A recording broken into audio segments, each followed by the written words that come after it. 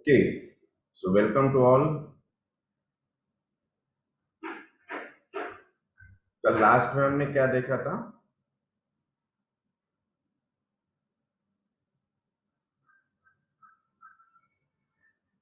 Yes,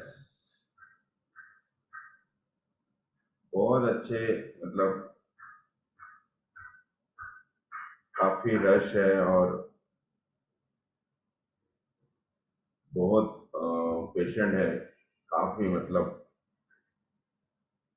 धूप की वजह से, एटमॉस्फेयर की वजह से, गैस्ट्रिक प्रॉब्लम्स,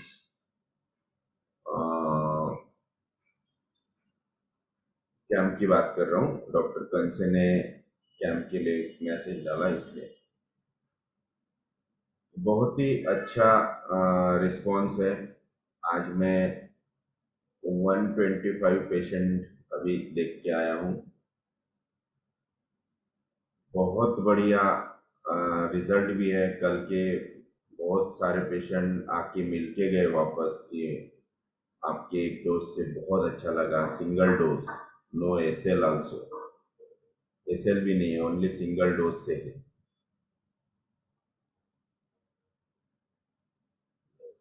सो लास्ट में हमने क्या लिया था?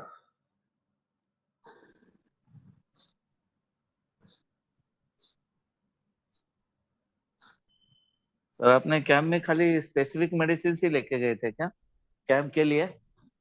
जी, अच्छा, ओनली क्योंकि अभी हाँ हाँ। एक्यूट चार्ट के मेडिसिन लेके गया, ओनली एक्यूट चार्ट।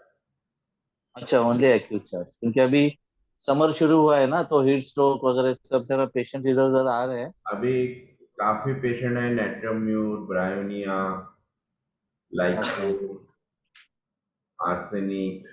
आर्सेनिक के काफी कम है, लेकिन नक्सोमिका के बहुत ज्यादा है, क्योंकि वहाँ पे जितने भी लोग हैं, नियर अबाउट 50,000 लोग वहाँ हॉल्ट किए हुए हैं।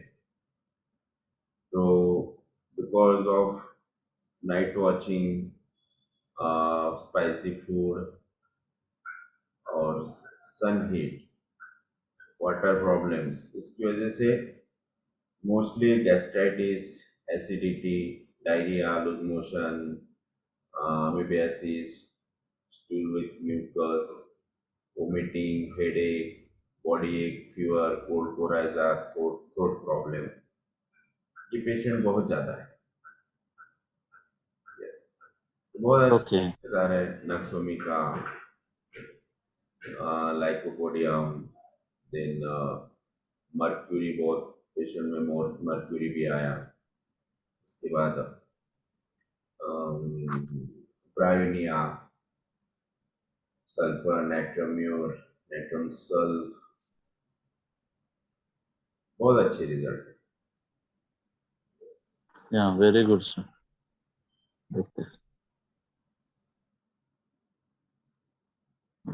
Okay, so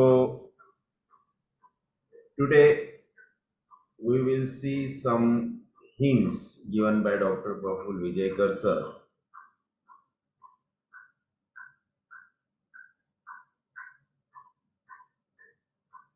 Sir always prescribe state similimum in acute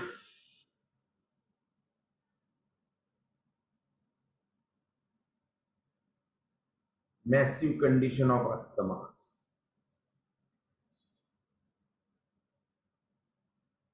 But sir always says that sir always says that we prescribe on acute symptoms. We prescribe on acute symptoms like severe asthmatic attack आया, patient तड़प रहा है for oxygen for air, और ऐसे condition में हम GCS नहीं सोच सकते।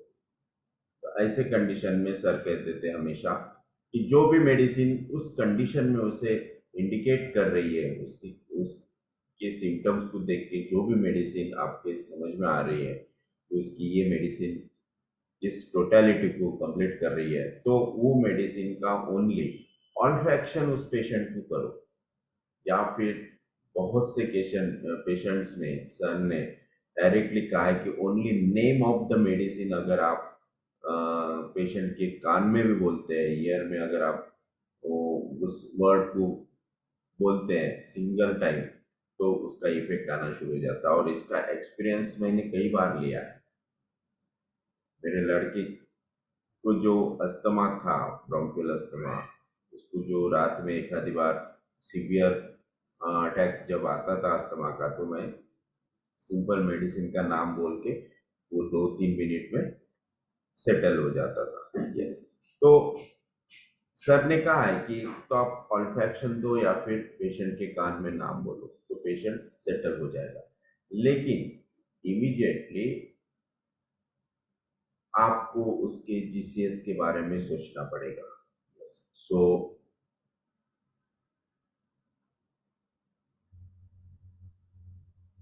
Dr. Vijayakar sir emphasizes that an asthmatic attack should be controlled in the clinic itself. Homeopathic medicines are faster than any bronchodilators. Miraculously result देते हैं, only name of the medicines, miraculous result।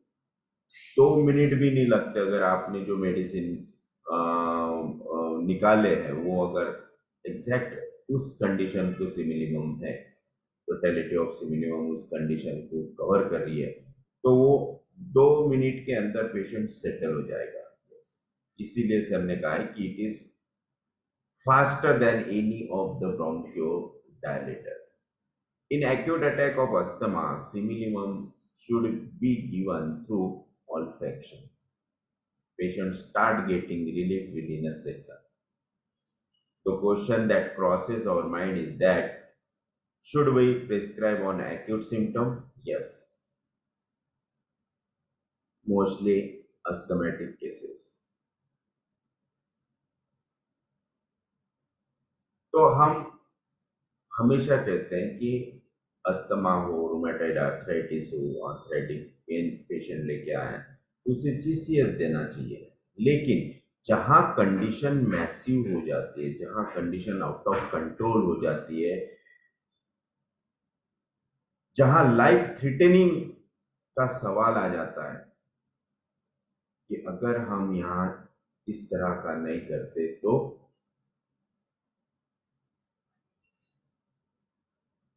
Patient जा भी सकता है। इसीलिए ऐसे condition में हमें उस कंडीशन को सबसे पहले कवर अप करना है। तो ऐसे कंडीशन में आप इस टाइप के मेडिसिन दे सकते हैं, उसके बाद आपको जीसीएस सोचना ही है fast. So no, if it is not life threatening we should hunt for the right similimum.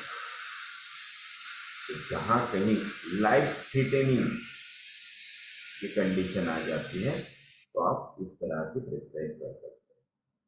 और अगर पेशेंट प्लेन आता है, क्रॉनिक केस लेके आता है कि ब्रोंकियल अस्थमा है, उसे अस्थमेटिक अटैक्स आते हैं, तो ऐसे कंडीशन में जहां पेशेंट उस कंडीशन में नहीं आया, अस्थमेटिक अटैक में नहीं आया, तो आप उसे जीसीएस ही निकाल के दीजिए, राइट। यस, तो अस्थमा के लिए ये पॉइंट क्लियर हो गया है कि किस टाइप का प्रिस्क्रिप्शन होना चाहिए। अगर एक्यूट अटैक में पेशेंट आता है तो उसे तुरंत पैलिएटिव मेडिसिन आपको देना है। देन कुछ पॉइंट्स सर ने बताए सर ने एक्सपीरियंस किए, सर ने बहुत से पेशेंट्स में देखे, like aurums. Aurum is very duty conscious. तो if aurum comes with her baby in our clinic, तो वो किस तरह से बिहेव करेगी.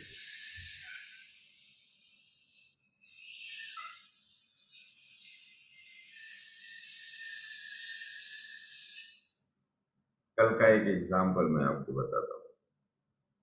एक बहुत ही सीवियर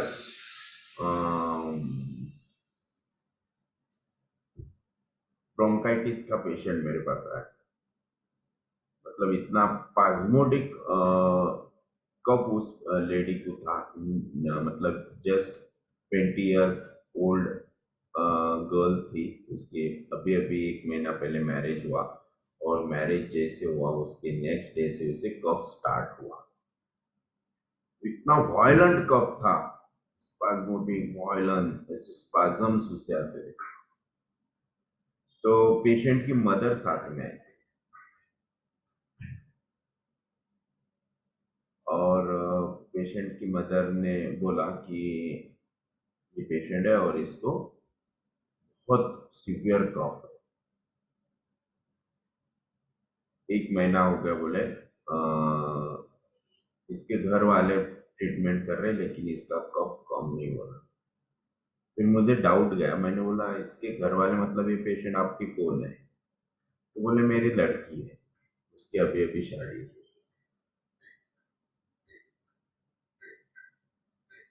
फिर थोड़ी हिस्ट्री मैंने स्टार्ट की, तो उस लड़की को कफ स्टार्ट होगा, और इतना वायलेंटली वो कफिंग कर रही थी. उसका साउंड और वो कफ कि लिटरली वो, मतलब वो स्पाज्म इतना वायलेंट था कि पूरे आंखों से पानी, नाक से पानी, वो बहुत ही कंडीशन सीवियर थी. और ऐसे कंडीशन में मदर ने क्या करना चाहिए.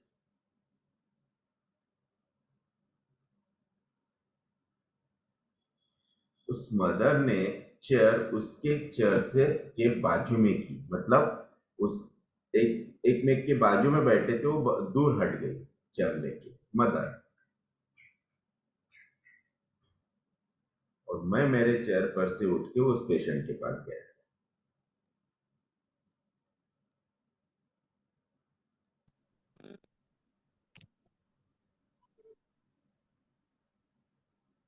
और लास्ट में मदर कहती, मैंने बोला फिर इसके घर वाले क्यों नहीं आए, मतलब हस्बैंड या फिर उधर के. नहीं बोले, उन्होंने हमारे यहाँ लाके छोड़ दिया कि अब ये आप ट्रीटमेंट करो. फिर अब हमारी तो ड्यूटी है, बोले ट्रीटमेंट करना ही पड़ेगा. मतलब देखो, उसके जो भी उसने मदर ने मेरे साथ बातें की, कन्वर्सेशन किया, उसमें कहीं भी लव अफेक्शन नहीं दिख रहा था. एक आधी मदर रहती थी, इतना कफ आ रहा तो बैक पर से हाथ घुमाना या फिर उसे सपोर्ट देना या फिर कंसोल करना, लेकिन मदर बाजू में हट गई. दिस इज कॉल्ड लाइक अ आराम पेशेंट. इस तरह के वो ड्यूटी बाउंड होते हैं. No emotions, no love, no love affections.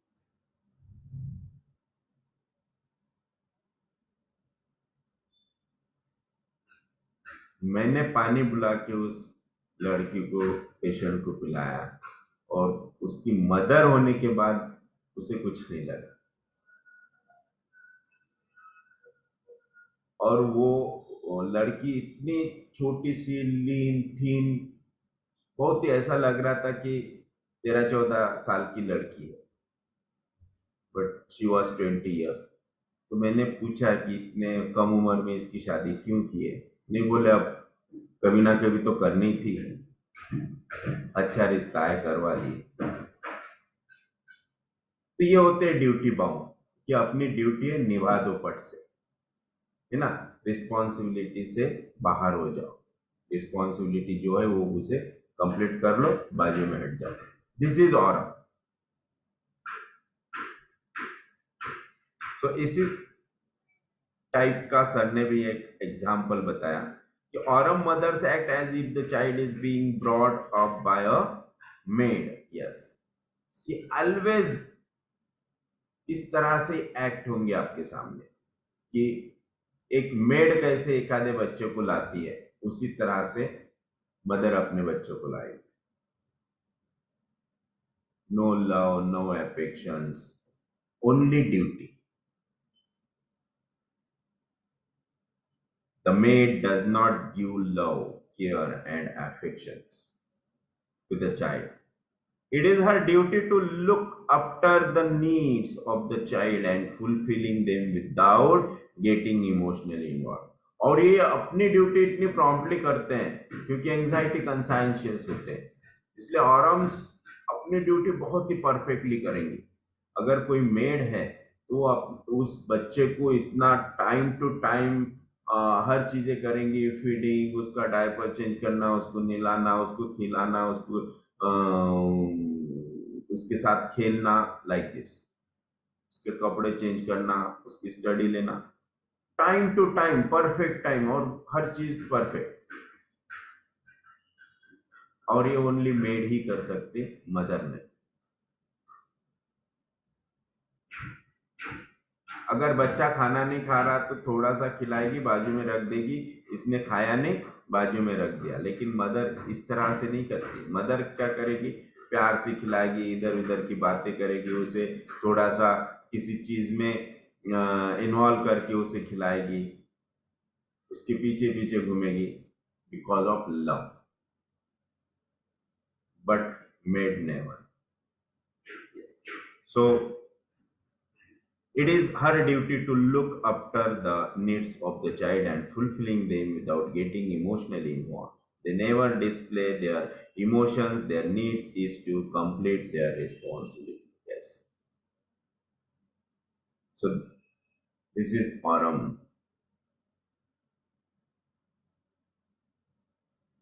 the disposition of Param.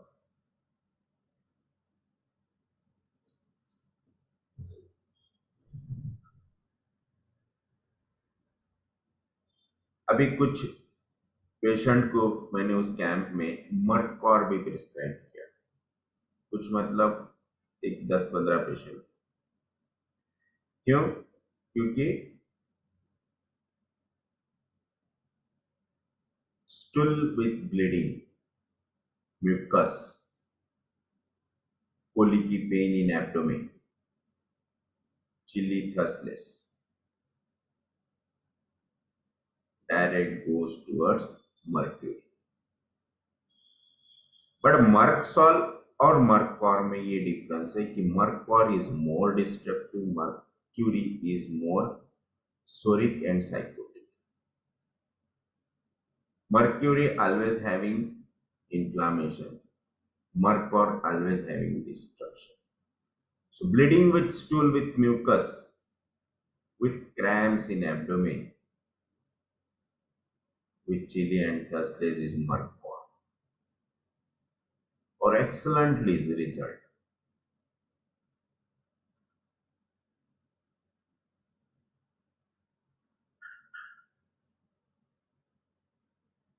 Amoebic dysentery,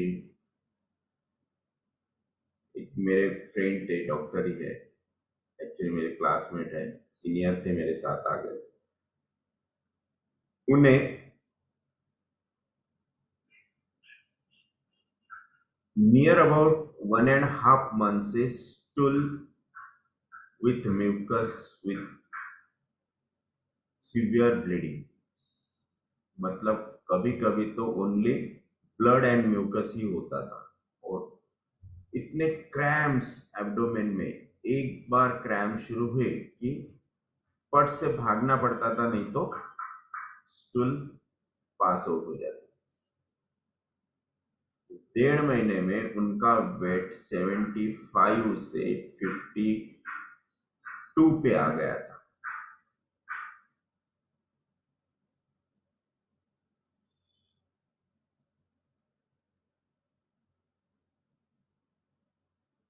और reason, the That is the positive factor was anger. Anger, Google Pay for business में 1,400 रुपए मिले। chili, thustless. मर्क और single dose से complete cure. कितने सारे antibiotic खाए, क्या क्या नहीं किया उन्होंने, लेकिन डिसेंट्री स्टॉप ही नहीं हो रही।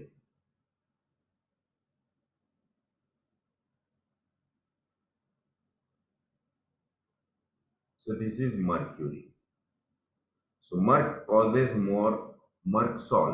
Mercksol causes more inflammation and not so much destruction, whereas Mercor is really corrosive and destructive. Corrosive discharge is Mercor.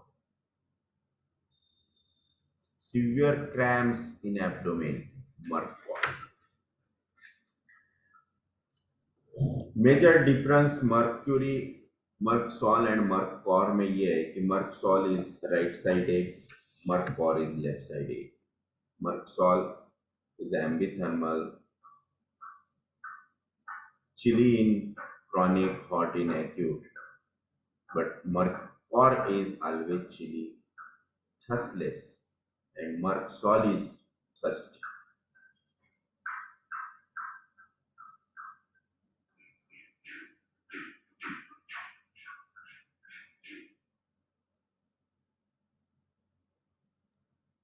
So, sir और जो पेशेंट एक पूछना था। Hello, yes, please.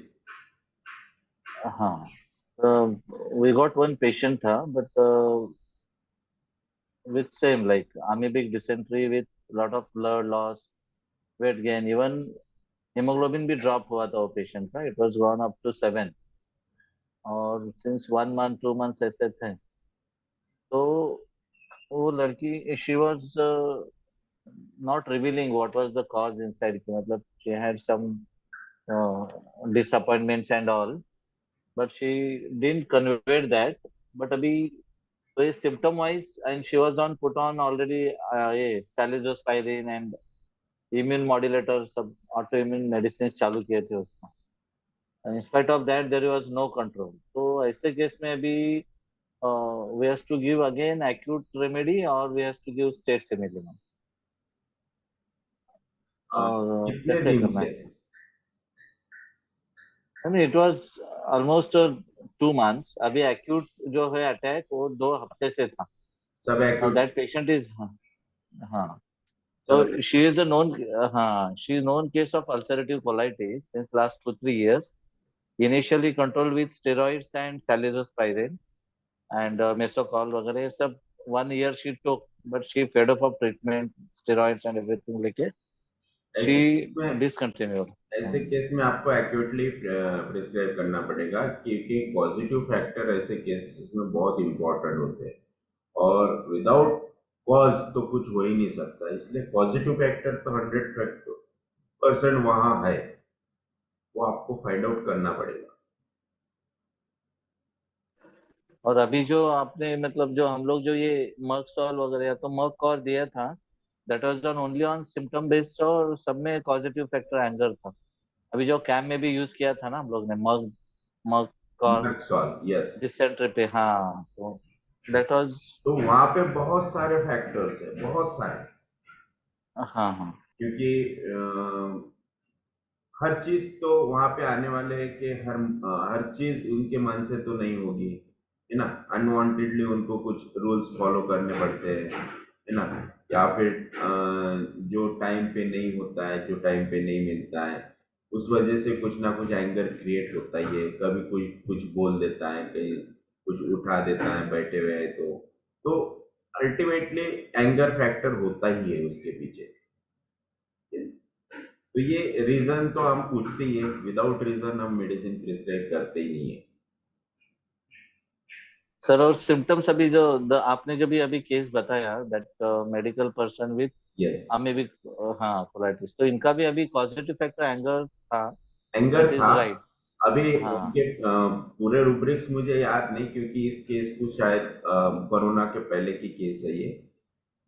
No just I want to know is अभी इसमें अभी समझो अभी positive factors even if we keep as a side ऐसा एक positive factors is a part of process समझ के Yes, it is most important in acute presence with may be dysentery in yes, the blood हाँ हाँ so that time पे only on that acute state can we prescribe Mercor yes. so that's what I am asking मतलब बाकी का चीजें फिर ये करते ऐसा एक्चुअली उनके केस में रेपर्टाइज करने के बाद मर्कसॉल आया था, सिंगल रेमेडी। ओके लेकिन okay merc sol it is more सोरोसाइकोटिक।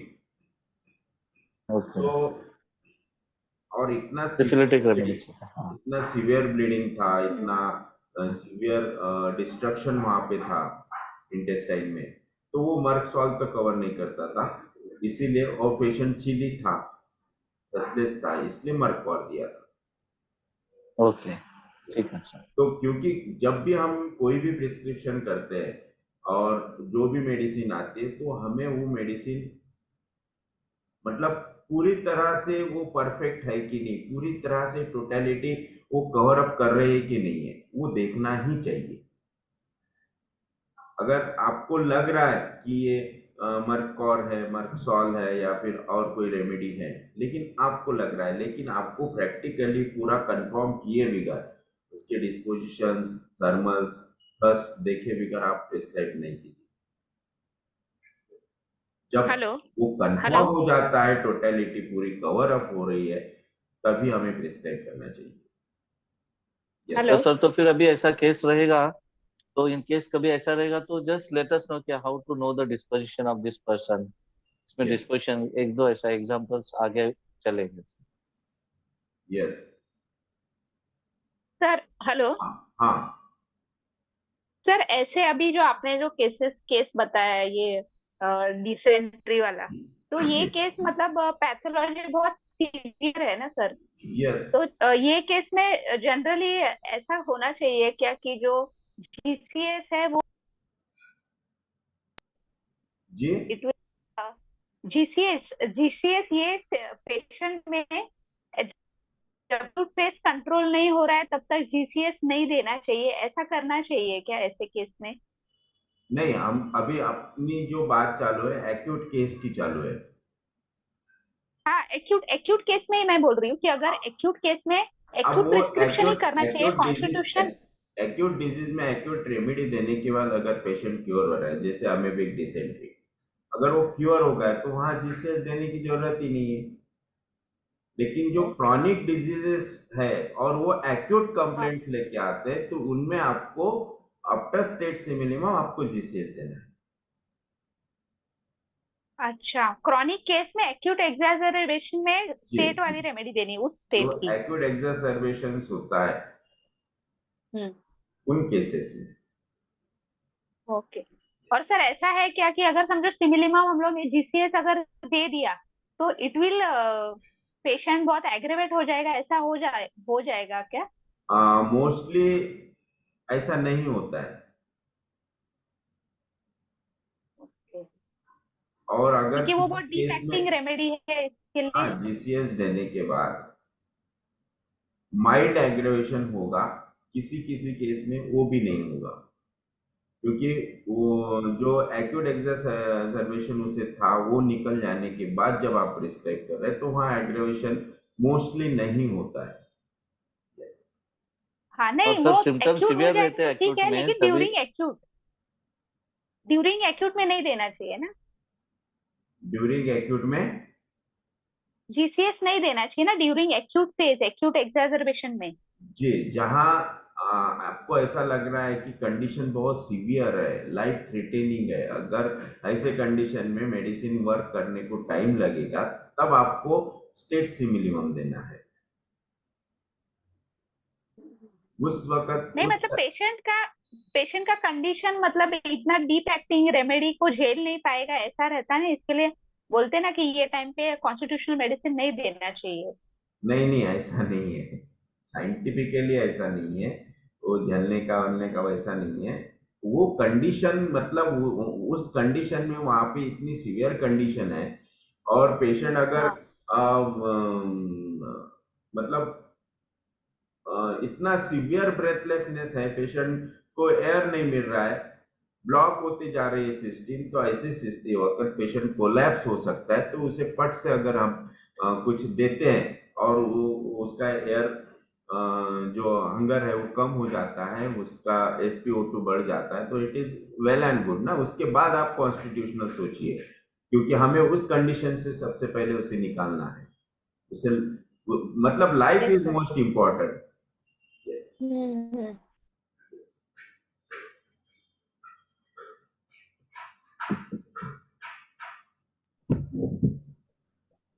Sir जैसे मर्क सॉल सोरिक भी हो सकती है, साइकोटिक भी हो सकती है, सिफिलिटिक भी हो सकती है ना, तो सिपिलिटी मर्क भी हो सॉल की सकती है, जगह मर्क लेकिन कॉर कैसे दिए? मोर डिस्ट्रक्टिव, जैसे मर्कॉर है, उस टाइप का मर्क सॉल्व इतना डिस्ट्रक्टिव नहीं है। वायलेंट डिस्ट्रक्शन मर्क कॉर में होता है, मर्क सॉल्व में नहीं। यस।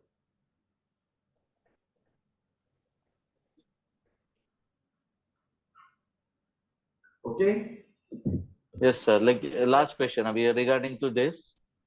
सर जब भी पेशेंट एक्यूट स्टेज में है and if our remedies suppose doesn't work, patient deteriorates further, मतलब अपना state simillimum was not right, state simillimum अगर बराबर नहीं है और पेशेंट अगर डिटोरिएट ही हो जाता है because being a acute condition, if we could not get a partial remedy और ऐसा हो गया, so what next?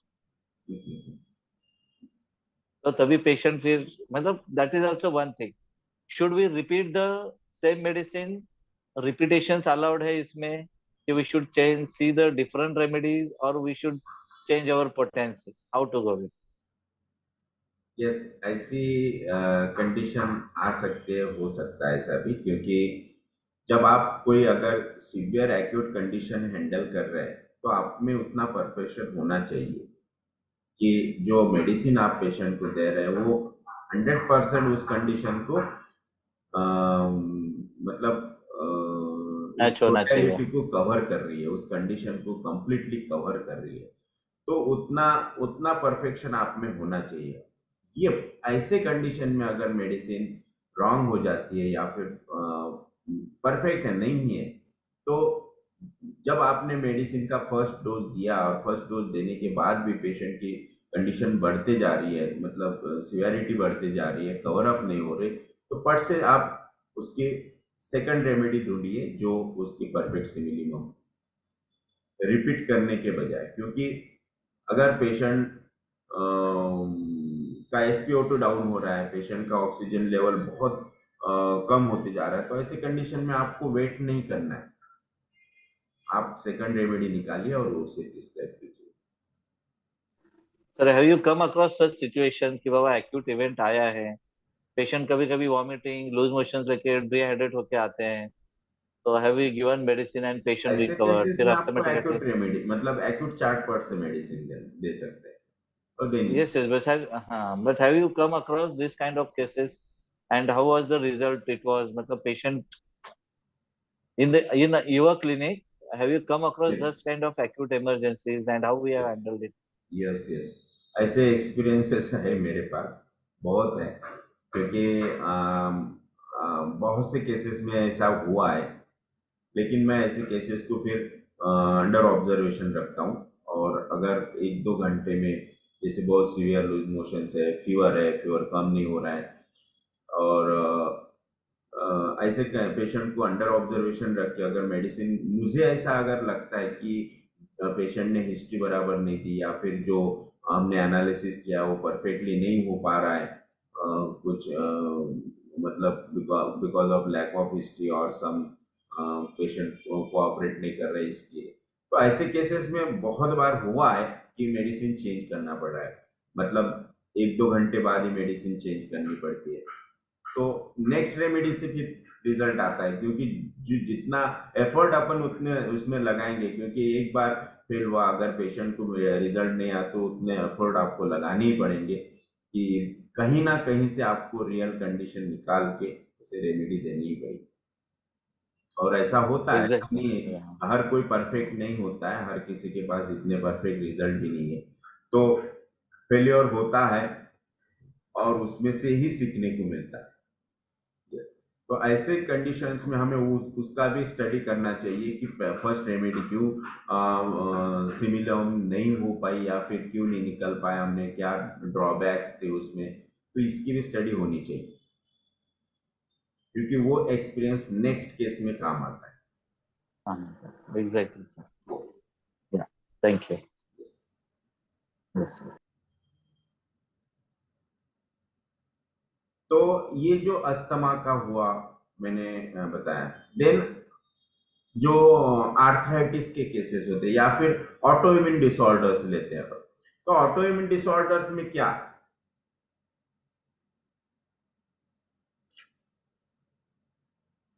if the patient is in state of autoimmunity we need to give, जैसे कि हमने अस्थमा का पेशेंट है तो उसे ऑल्फैक्शन दे दिया या फिर मेडिसिन कान में बोल दिए, लेकिन जो ऑटो इम्यूनिटी होती है उसमें सर ने बहुत बार ये बहुत सेमिनार्स में भी कहा है कि ऐसे केसेस में हमें हायर पोटेंसी यूज करना है, mostly 10 m 50 m 100 m like this. We are supposed to fight against outside agent, not agent ourselves. We require the very high potencies. Psoriasis, rheumatoid arthritis, schizophrenia, insanity. इनमें भी sir ने कहा है कि high potency आप दे सकते हैं।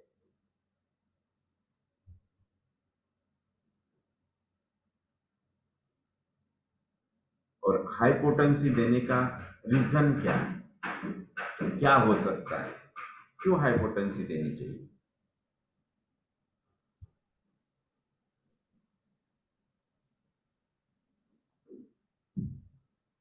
Sir exact similimum होगा तो हम लोग हाई पोटेंसी दे सकते हैं, and we are very sure of the remedy.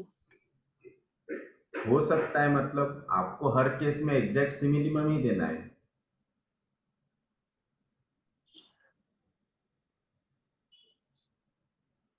When we are very sure कि नहीं this is the only similimum.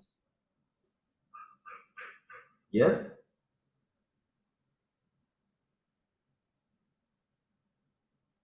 Why? Why high potencies?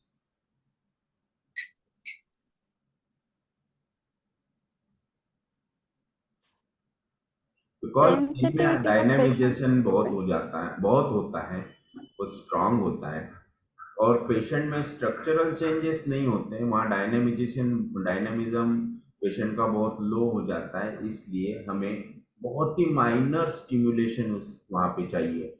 और जो हायर पोटेंसीज होते हैं इसमें मेडिसिनल जो प्रॉपर्टी होती है, मतलब मेडिसिनल मटेरियल जो होता है वो बहुत लो होता है, नथिंग के बराबर होता है, इसीलिए वहाँ पे डायनामिजेशन बहुत ज़्यादा होता है।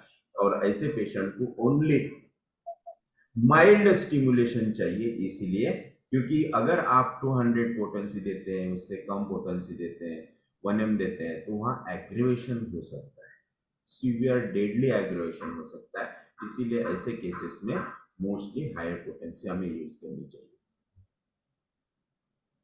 विटिलिगो में भी हायर पोटेंसी देते हैं, विटिलिगो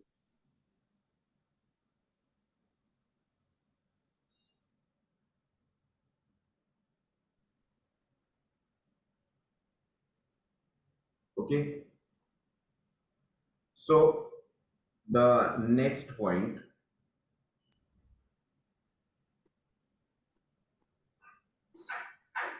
सर विटिलिगो में भी हायर पोटेंसी देते हैं क्या? किसने क्वेश्चन पूछा?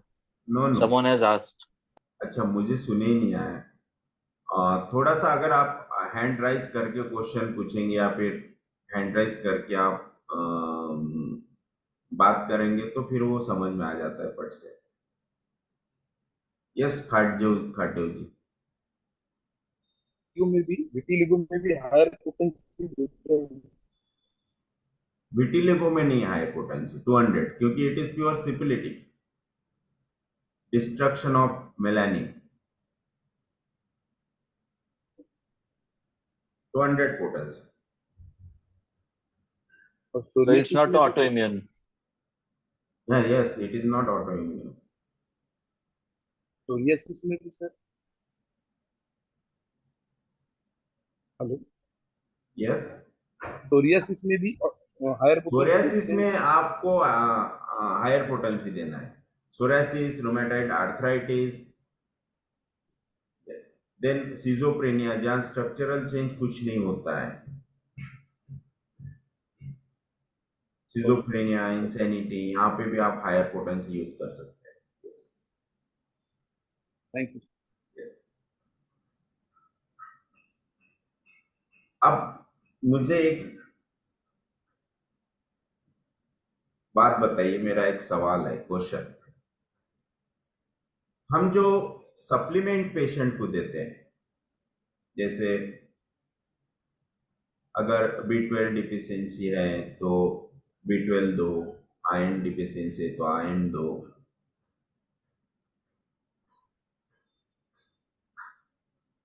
तो ये देना चाहिए कि नहीं देना चाहिए? इस पे मैंने हिंट्स ऑफ हैनेमन में बताया था कि हैनेमन इसके लिए क्या सोचते हैं, क्या बताते हैं.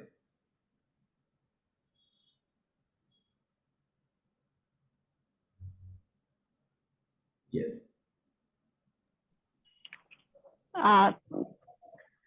सोरिक केसेस में अगर डिफिशियंसी जैसे है तो देना ही चाहिए.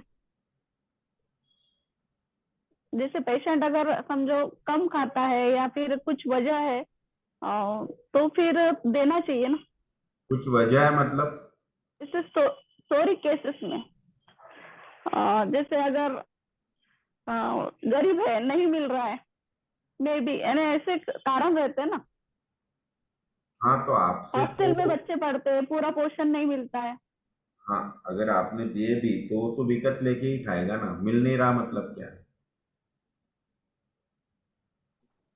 नहीं, दोनों कंडीशन बताई ना, एक पुअर कंडीशन बताई, एक हॉस्टल में रह रहा है, मे बी अलग अलग.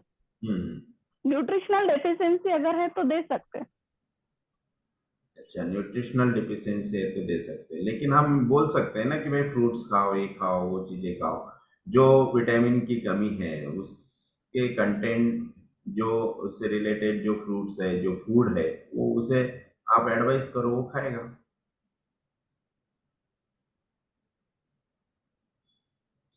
लेकिन हम हाँ, ऐसा अगर भी होता है. देते हैं, सप्लीमेंट देते हैं, तो उससे क्या होता है?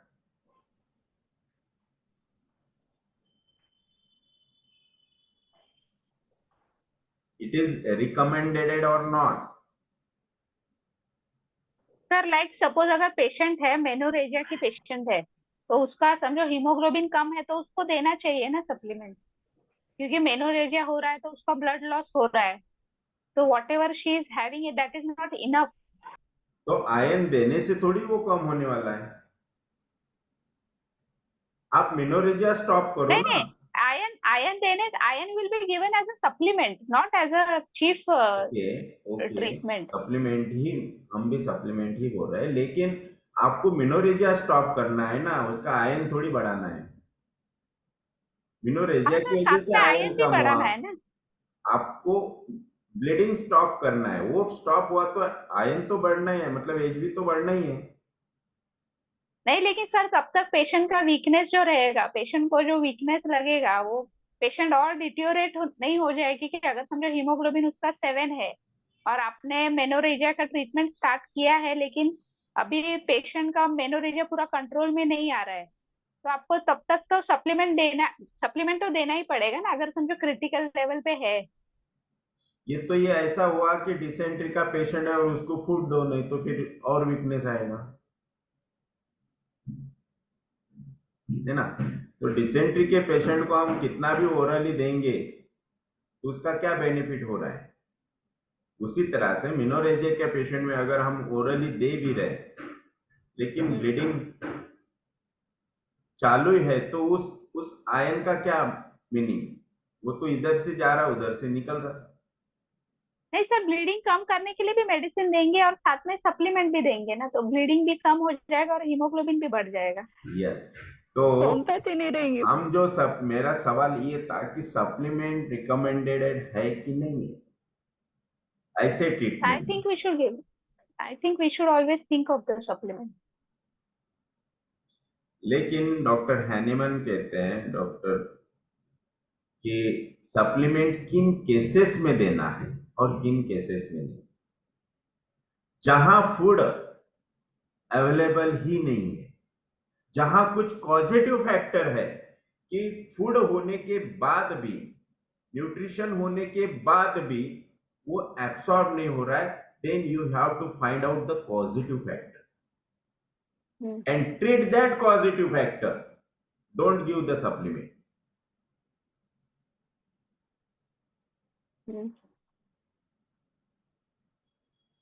Right?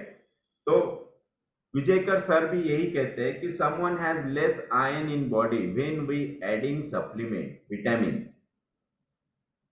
When we adding supplement or vitamins, ions, देखो सुनो, we are supplying against the wishes of body.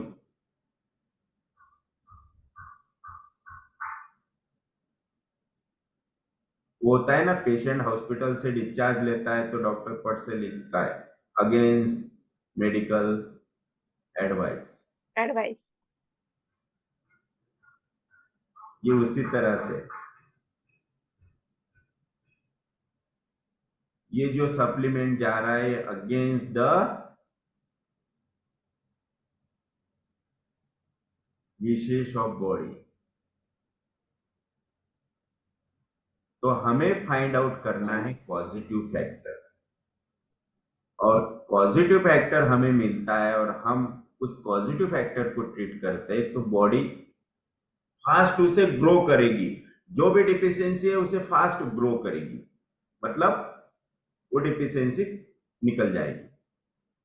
H B मतलब आयरन डिफिशियंसी है तो बॉडी उस आयरन को इतना एब्सॉर्ब करेगी, अगर हम फूड उसे देते हैं, आयरन कंटेंट फूड देते हैं, तो पट से उसका एच बी भर के आएगा, विटामिन B12 जो भी डिफिशियंसी वो भर के आएगी।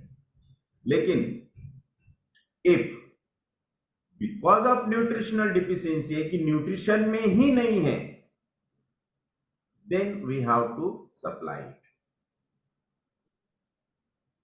बट उसके पहले हमें पॉजिटिव फैक्टर फाइंड आउट करना है कि एब्सॉर्ब क्यों नहीं हो रहा है, डिफिशियंसी क्यों है, व्हाट इज द कॉज।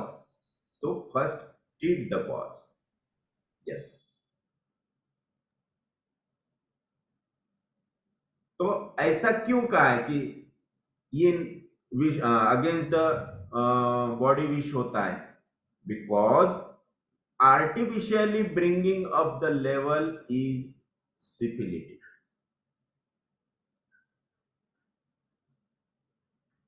जैसे हम बोलते हैं ना कि एकादे को आप आदत डाल दो, मतलब आप क्या कर रहे हैं,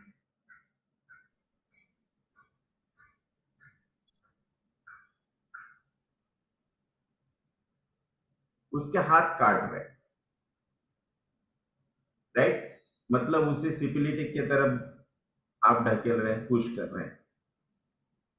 एक सिंपल सी बात है, अगर आप किसी को रेडीमेड फूड दे रहे हैं और किसी को आप फूड कैसा तैयार करना, कैसे खुद के लिए बनाना या फिर लाना, उसे कमाना, ये सिखा रहे, तो विच इज द बेटर।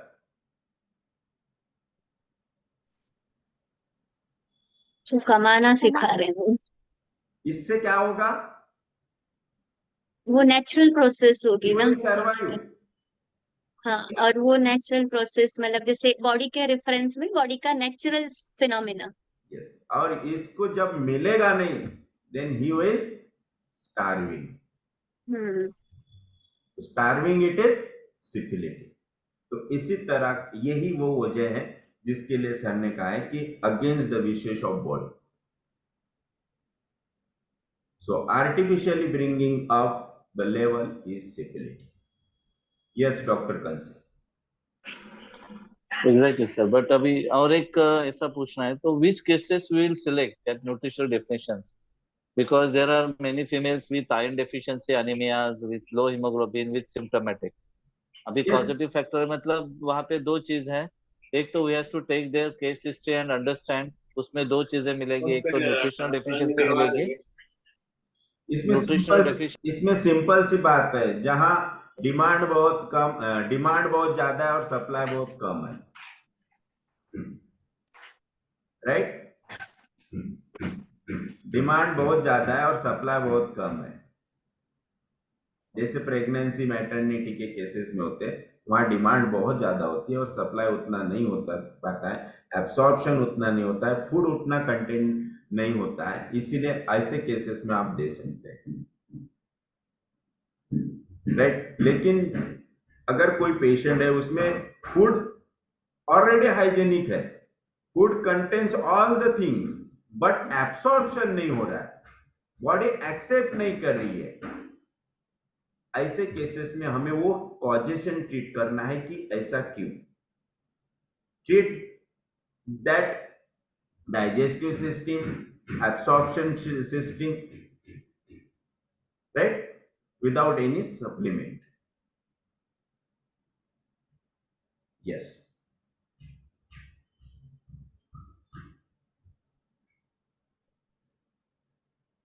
इसका ही मतलब ये है कि बॉडी में कुछ तो भी रॉन्ग है ना, and that is something wrong in his body, we have to treat that wrong things, we have to correct that wrong things.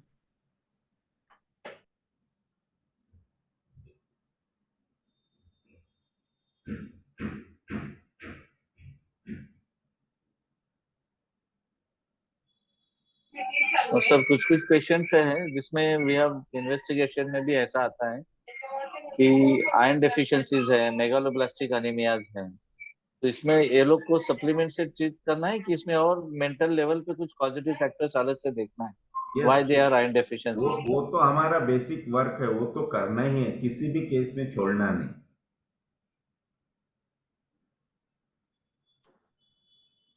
वो हर केस में हमें फॉलो ही करना है, हर केस में डिटेल में हिस्ट्री लेके उसके पॉजिटिव फैक्टर्स निकाल के वो हर चीज हर पेशेंट में करना है। वो सिकल सेल एनीमिया है, जी। जैसे ये जैसे यहाँ पे एक कास्ट है उसमें ज्यादा पाई जाती है, फिर जैसे गौलान जात वगैरह यहाँ पे है, तो हर 2 पेशेंट के पीछे सिकल सेल पॉजिटिव आता है वो या डिजीज है, कैरियर रहता वहां है। पे डिफिशियंसी का सवाल नहीं, वो डिजीज है। आपको डिजीज अच्छा, को ट्रीट करना है, you have to treat that तो ये डिजीज। Genetic yes. एक पूरा समुदाय सिकल सेल से ग्रसित हो रहा है ना, है समझो, यहाँ पे काफी पेशेंट है। यस, तो आपको पूरी हिस्ट्री लेके आपको जीसीएस वहां देना है। अच्छा, यस तो आगे होगा सर सिकल सेल के बारे में पढ़ाई में, जी। आगे होगा पर्टिकुलर सिकल सेल का कॉज सर, जैसे जीएनएम के हिसाब से वगैरह जो कॉजेस रहते हैं उसमें सिकल सेल के लिए भी कुछ कारण होगा। जेनेटिक डिसऑर्डर्स है, कहाँ से वो स्टार्ट हुआ वो देखना पड़ेगा। और मैडम को कहना है कंफ्लिक्ट है क्या उसमें कुछ? कॉन्फ्लिक्ट है, हाँ, कॉन्फ्लिक्ट है क्या? यस यस यस, क्वेश्चन नहीं कॉन्फ्लिक्ट है, वो आगे आएगा अपना कॉन्फ्लिक्ट। ब्लड से रिलेटेड, ब्लड से मोस्ट ब्लड के कौन से कॉन्फ्लिक्ट है? Mostly connectivity. Love affections, yes, connectivity. Hello yes. Hello sir, मेरी एक पेशेंट है, रूमेटॉइड आर्थराइटिस है और उसको साथ में है ना मेनोरेजिया भी है। तो अभी मैंने उसको इन्वेस्टिगेट किया ना, तो उसका हीमोग्लोबिन 7 है। तो फिर मैंने उसको ये भी दिया है, कॉन्स्टिट्यूशनल भी दिया है, लेकिन उसके साथ में उसको फेरम फॉस 6X के सप्लीमेंट भी दिए हैं और उसको एक क्या बोलते हैं हिमैटिनिक टैबलेट भी चालू किया है। तो what you think about this mode of treatment? आपको इस केस में सबसे पहले क्या ट्रीट करना है? Which is more syphilitic, and life threatening. rheumatoid arthritis, No. menorrhagia, Yes. menorrhagia, yes sir, menorrhagia. तो तो ये जो सप्लीमेंट का है, इसके लिए मेरा पर्सनल एक्सपीरियंस ये है कि जैसा सर ने कहा है कि artificially bringing up the level is syphilitic. तो मैंने जो अभी कुछ 6-8 महीने से जो मैं एक्सपेरिमेंट कर रहा था कि पेशेंट को मैं सप्लीमेंट दे रहा था, तो मैंने उसमें ये स्टडी किया कि पेशेंट थोड़े लेंदी हो जाते हैं, मतलब रिकवरी जो है वो थोड़ी सी उसका जो टाइम पीरियड है बढ़ जाता है। यस सर वो अपने अपने मेडिसिन का एक्शन हैम्पर नहीं करती है ना, नहीं, मतलब आप लोग मेडिसिन जो का मेडिसिन एक्शन दे रहे हैं, हैम्पर नहीं होगा, लेकिन जो रिकवरी है वो स्लो बन जाएगी, क्योंकि आप आर्टिफिशियल सप्लीमेंट दे रहे हैं, उससे patient feels better temporary. Sir अभी ये जो पेशेंट है ना, इसका 1 साल पहले वेट है ना 52 था, और अभी उसका वेट 35 वेट है उसका। तो वो मेनोरेजिया बहुत सीवियर है, इसके लिए मुझे लगा कि उसको वीकनेस भी बहुत है ना। नहीं, आपको मेनोरेजिया ट्रीट करना है, वीकनेस के लिए आप टेम्पररी दे दीजिए, लेकिन आपका मेन फोकस होना चाहिए हाँ मेनोरेजिया। वो तो है, मेनोरेजिया, यस सर। तो ये मैंने एक्सपेरिमेंट किया पेशेंट के, क्योंकि मैंने जो क्रॉनिक डिजीज में हैनीमन का वो पढ़ा था सेंटेंस, जो मैंने आपको हिट्स ऑफ हैनीमन ने बताया था कि सप्लीमेंट देने की चाहिए कि नहीं, क्योंकि हैनीमन ने कहा है कि सप्लीमेंट देने चाहिए, लेकिन आगे के एपोरिज्म्स में वो ये भी कहते हैं कि आपको पॉजिटिव फैक्टर फाइंड आउट करना है और उसे ट्रीट करना है। Yes sir. तो उससे, क्योंकि जैसे विजयकर सर ने कहा है कि artificially you are giving, that means you are increasing the level of syphilitic. तो ये होता है, अगर बहुत क्योर जल्दी पेशेंट कंट्रोल नहीं हुआ, पेशेंट में क्योर प्रोसेस स्टार्ट नहीं हुई, तो वहां पे पेशेंट साइकोसिस से सिपिलिटिक में जा सकता है। Yes, okay.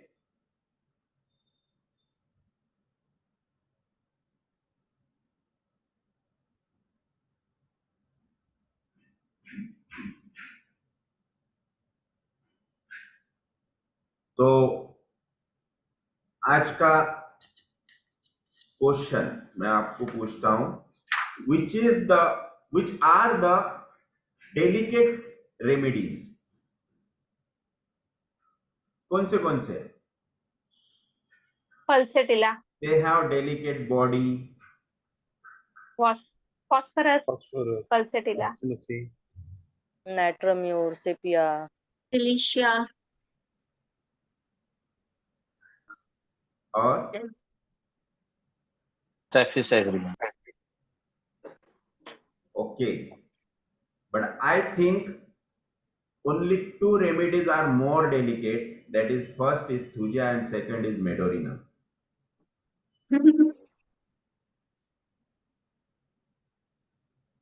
Okay, so delicate body, touch me not, और मोस्टली इनके जो चाइल्ड्स होते हैं इन रेमेडीज के, they don't jump, they don't play some rough games, they like indoor games. Third remedy इसमें कलकिरिया आती है, वेरी डेलिकेट। फोर्थ रेमेडी है मार्बल, वेरी डेलिकेट। मेडोरिनम का माइंड बहुत डेलिकेट होता है, बॉडी स्ट्रांग होती है, और माइंड डेलिकेट होने की वजह से वो रिस्क नहीं लेते किसी भी चीज में। जैसे how the mind is delicate, medorrhinum is the king of fears, all types of fears are present in medorrhinum. That's why his mind is very delicate. हर चीज का डर, again sensitive to criticism, despair, criticism, fearful of being hurt mentally, especially mentally. That's why they are alert in sleep. This is Medorinum. ये होते डेलिकेटनेस। और भी इसमें अगर कोई मेडिसिन है तो आप कल बता सकते हैं डेलिकेट के लिए। तो हमने कुछ हिंट्स के साथ साथ आज मटर मेडिका, कंपैरेटिव मेडिका भी इसमें कंप्लीट किया है। ओके, तो कल शायद मुझे उस कैंप में रुकना पड़ेगा डे में, तो अगर कल शायद नहीं हो पाएगा, लेकिन फिर भी मैं 2 बजे तक ग्रुप में इंफॉर्मेशन डाल दूंगा कि आज होगा कि नहीं। ओके, तो रात को लेना है तो Okay, रात sir. को लो कल। सभी लोगों को अगर प्रॉब्लम नहीं होगा तो रात में लेंगे, कितने बजे सर? लेकिन एक्चुअली मैं मॉर्निंग में 6 बजे ही जाता हूँ कैंप में। 6 बजे से स्टार्ट हो जाता है, क्योंकि वहाँ के जो सत्संग का टाइम है वो 8 से 11 है। तो लोग वहाँ 5 बजे, 4:30, 4 बजे से आना शुरू हो जाते हैं, और 6 बजे हम पहुंचते हैं तो पेशेंट वहां खड़े होते हैं। इसलिए कंटिन्यू कर वर्क रहेगा, तो शायद अगर मतलब उतना मेरे में ताकत रहा तो मैं जरूर लूंगा रात में। Okay, yes, so thank you very much. तो thank you sir, thank you very much. yes, तो Okay, thank you. थोड़ा बहुत मजा आ रहा कि नहीं? सर तो आज बहुत आ रहा मजा है, आ रहा बहुत है। मजा आ रहा है सर। ओके थोड़ा थोड़ा आ रहा है सर, बहुत अभी आना है। ओके ओके, जैसे जैसा आगे बढ़ेंगे और आएगा। फिलहाल यस, फिलहाल डाउट्स बहुत है। okay, so thank you very much. Bye bye, see you. Thank you, sir. Thank you sir, Yes, thank you sir. Sir, Thank you. Thank you sir. Yeah. Thank you, sir. Thank you.